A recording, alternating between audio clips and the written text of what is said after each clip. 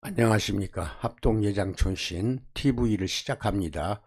어제 이어서 설교자상 1강은 어제 했고요. 오늘은 두 번째 강의가 되겠습니다.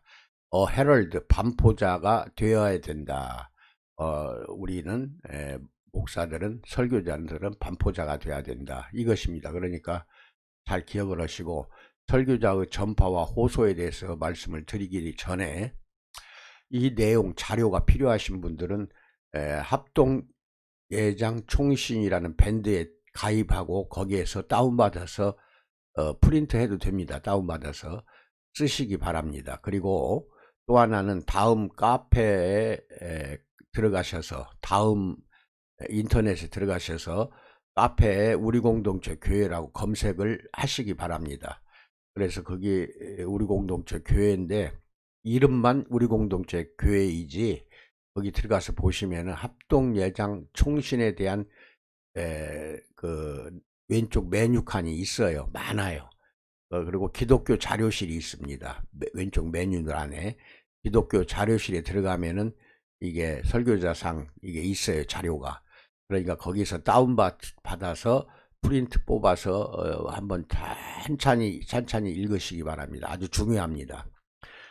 밴드 합동예장총신과 다음 카페 우리공동체 교회입니다. 들어가셔서 찾아보시기 바랍니다. 설교자의 전파와 호소에 대한 내용입니다. 신약 성경에서 반포자의 비유는 청지기의 비유와 모순되지 않는다는 것입니다.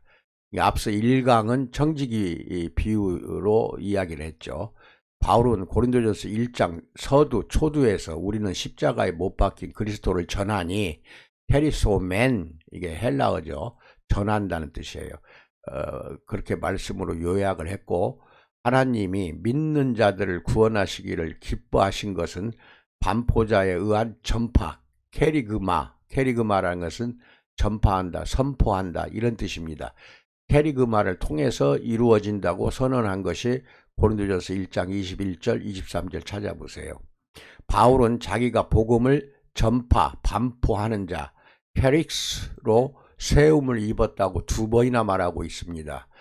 디모데전서 2장 7절, 디모데후서 1장 11절, 이것은 바울에게만 해당되는 게 아니라 기름 부음 받은 우리 목사들을 위해서 하는 말입니다. 다시 이것을 반포자와 청지기를 구분하는 네 가지, 이것을 표로 만들었으니까 한번 봅시다.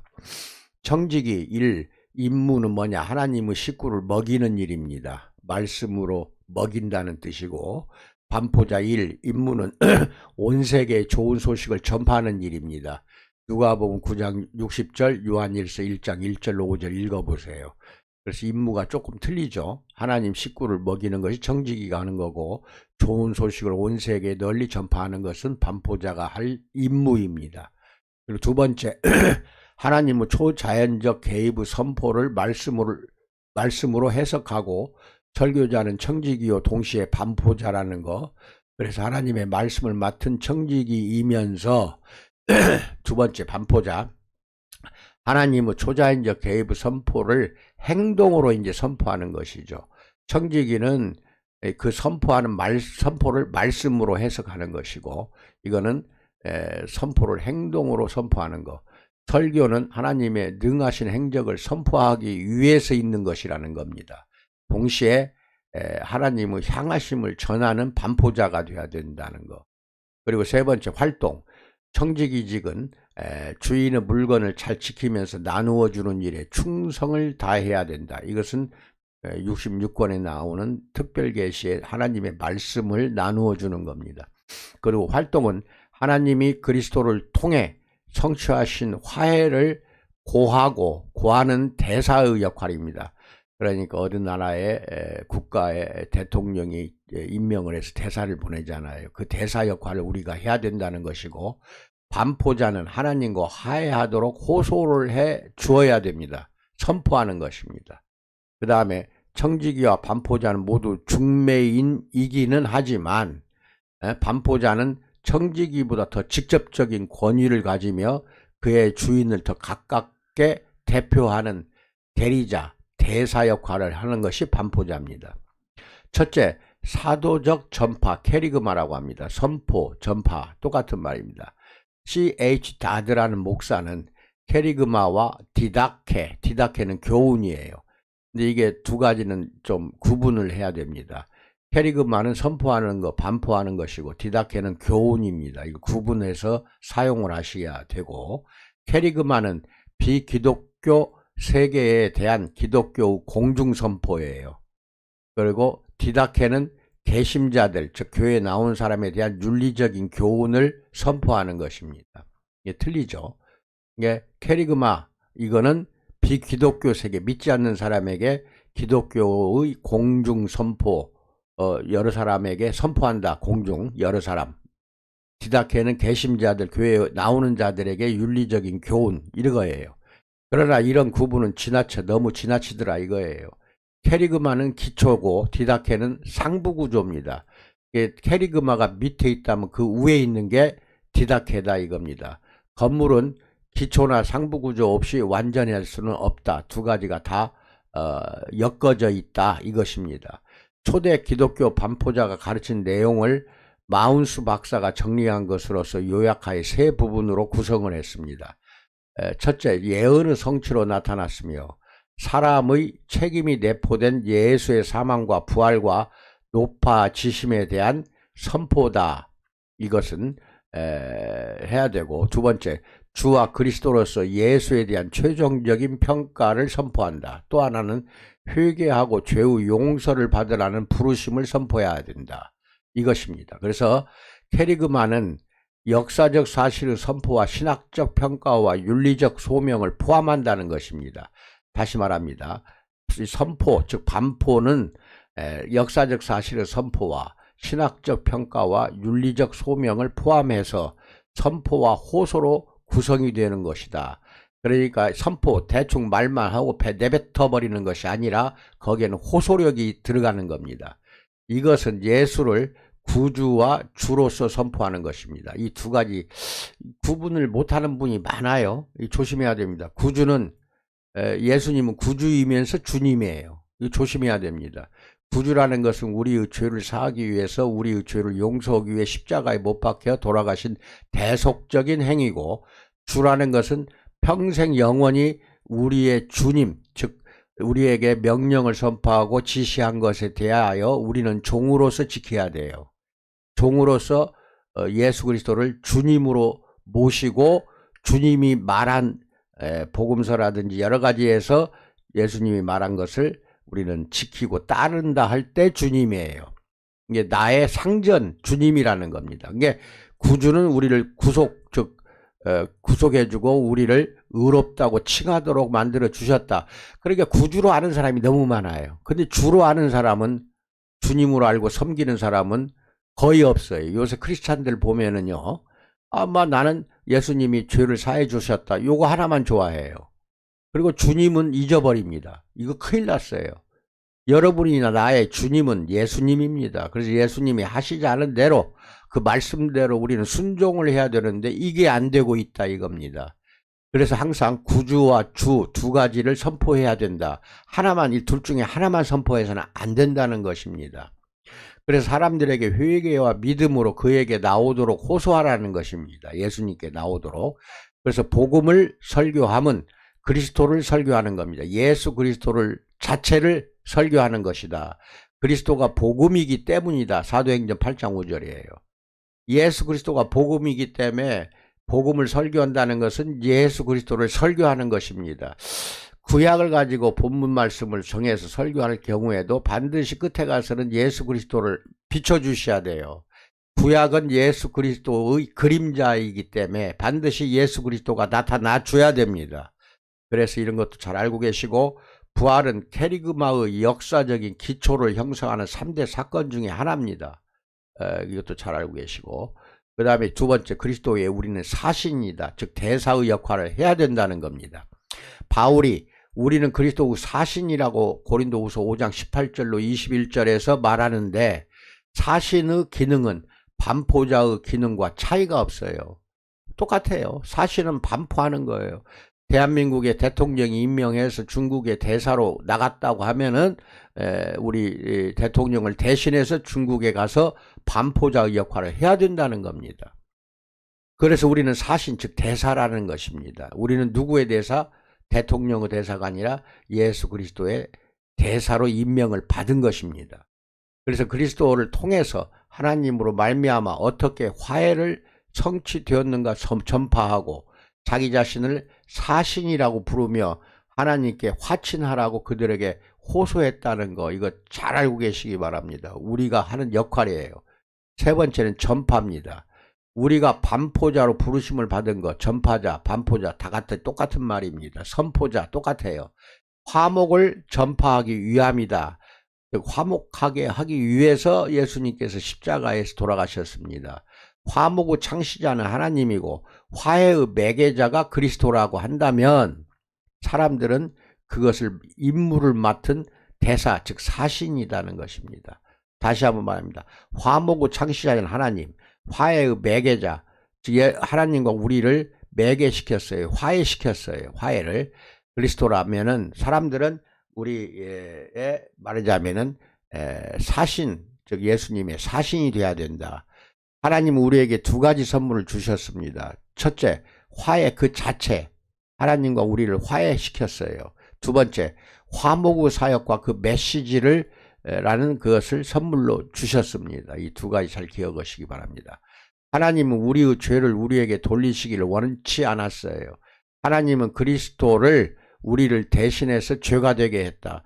우리한테 의를 주시기 위해서, 의롭게 해 주시기 위해서, 의롭게 해 주시기 위해서 자기 자신은 우리가 가지고 있는 죄를 전부 짊어지고 돌아가신 것입니다. 이게 예수는 죄가 되고 우리는 의롭다는 칭의를 받은 것입니다. 예수님 덕분이죠. 그래서 이것이 반포자인 우리를 반포해야 할 복음입니다.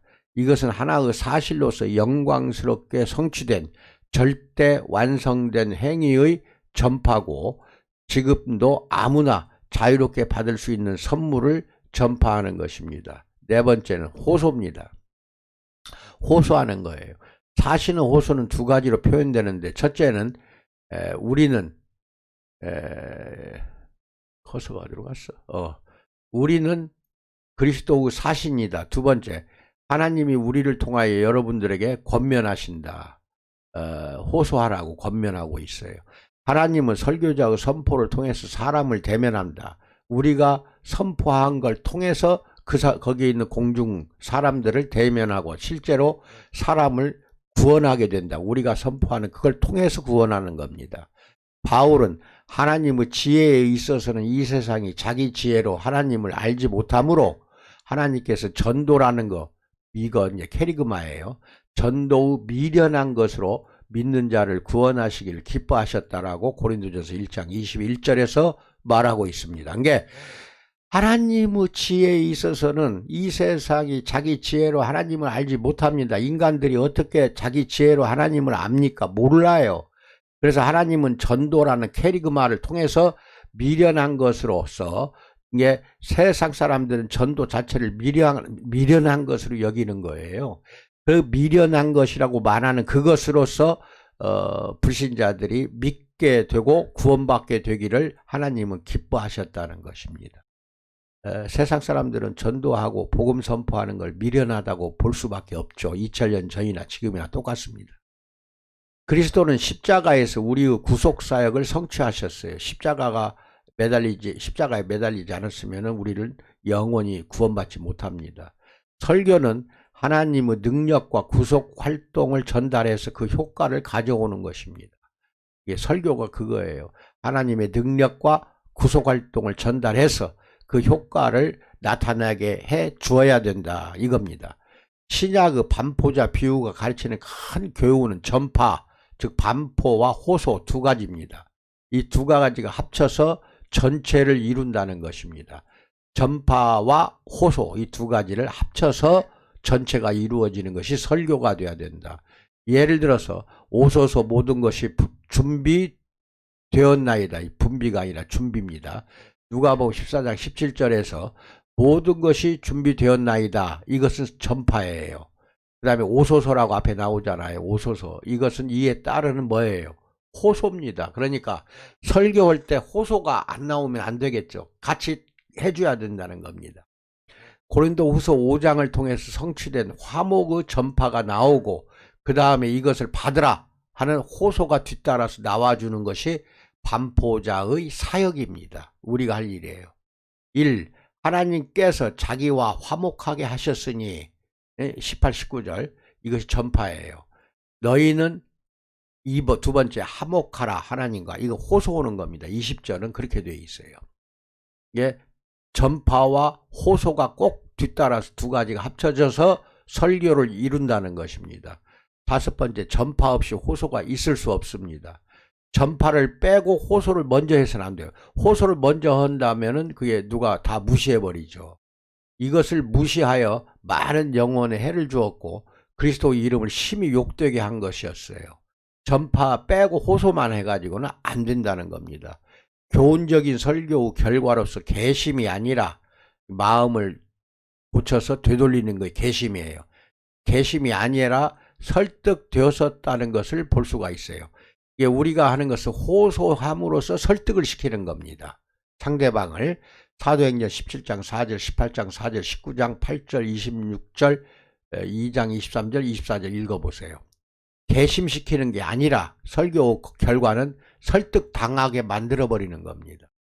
사도들의 초기 캐리그마는 견실한 디다케로 가득했어요. 교훈이 많았다는 겁니다. 초기 사도들에는.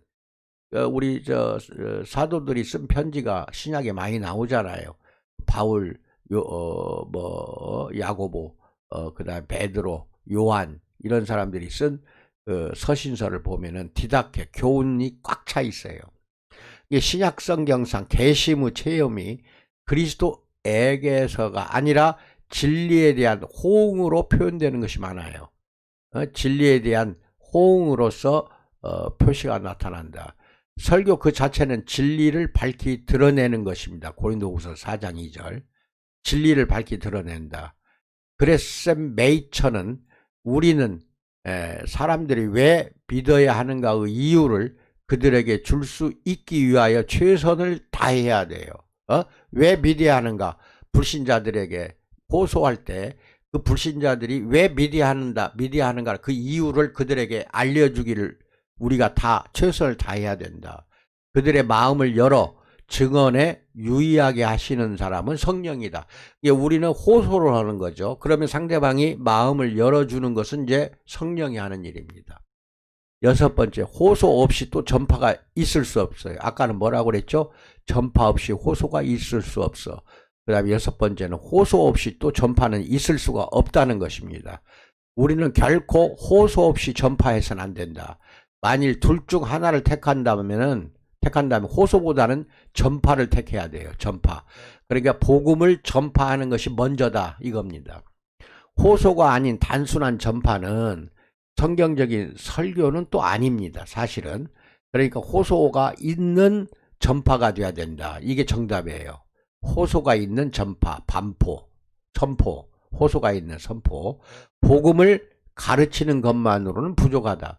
이거 잘 알고 우리들은 사람들로 하여금 복음을 품에 안도록 강권해야 합니다. 강하게 권면하십시오. 참된 반포자는 그리스도의 십자가에 의한 하나님의 구속 행위를 깊이 있게 전파하며 진지하게 회개하고 믿으라는 열정적인 호소에 대하여 무엇보다도 우리는 유의해서 반포를 해야 됩니다. 이것을 오늘 이야기를 해드렸습니다. 내일은 세 번째 위트니스 증인에 대한 이야기를 해드리겠습니다. 끝으로 우리 코스가 아니라 우리 공동체 교회라는 다음 카페에 들어가셔서 기독교 자료실을 찾아보거나 그 다음에 합동예장이라는 밴드에 가입해서 이것을 다운받으시라고 내가 말씀을 서두에서 드렸습니다. 그런데도 두 가지 다 해낼 수가 없다가 한다면 나에게 전화를 거십시오. 전화를 거셔서 어떤 방법으로든지 이 자료를 달라고 하십시오. 그러면 메일로도 내가 보내드릴 수가 있고, 또 다른 방법이 있다고 한다면 그렇게 해서라도 이 자료는 보내드리겠습니다. 그렇게 해서 유능한, 또 하나님이 기뻐하시는 설교자가 되시기를 진심으로 축원드립니다. 코로나19가 너무 많이 번창합니다. 조심하시고 건강하시기 바랍니다. 감사합니다.